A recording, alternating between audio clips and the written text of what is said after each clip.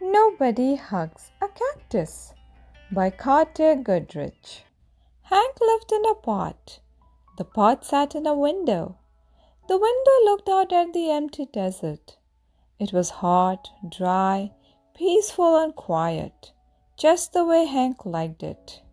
But every now and then, somebody would interrupt Hank's peace and quiet. "Hi, Hank!" Rosie the tumbleweed called out. "Isn't it a beautiful day?" Hank ignored her. He just wanted to be left alone. "Okay, so long," said Rosie cheerfully, and she tumbled away. Hank was happy again. But just as he was beginning to relax, "Hello!" shouted a tortoise. "Private property!" yelled Hank. "Keep out!"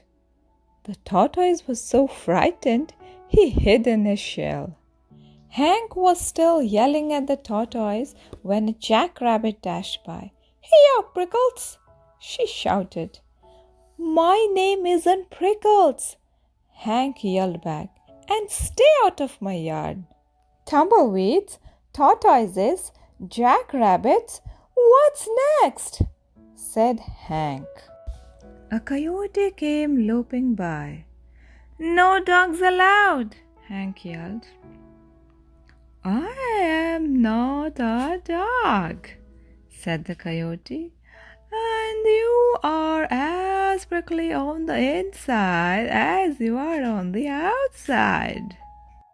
Before Hank could yell back at the coyote, a cowboy strode past. "Keep off the grass!" shouted Hank. "What grass?" said the cowboy. "Seems to me somebody needs a hug. Too bad nobody hugs a cactus."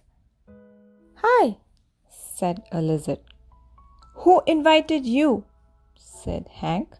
"And just in case you're wondering, I don't want a hug."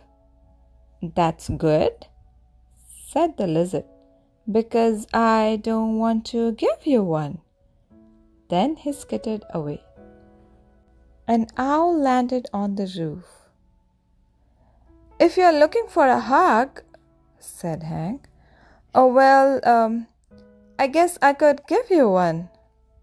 "Who, me?" said the owl. "You must be joking."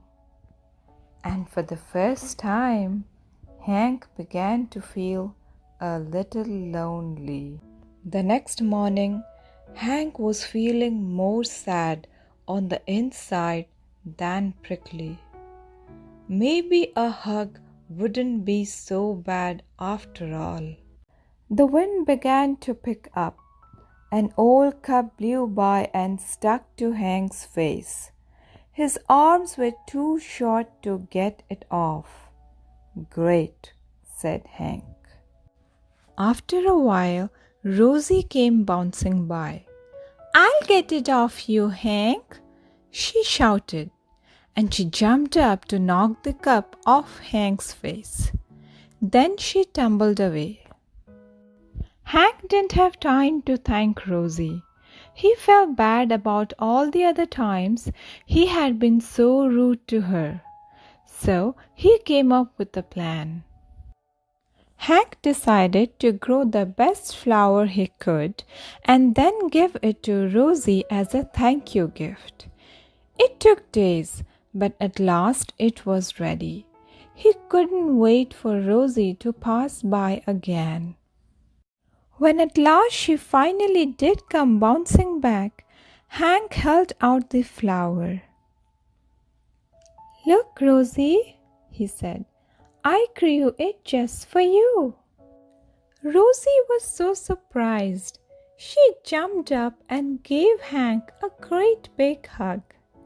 It felt so nice. Hank didn't want to let go, and as things turned out, he couldn't. Rosie and Hank had become stuck together. But they didn't care.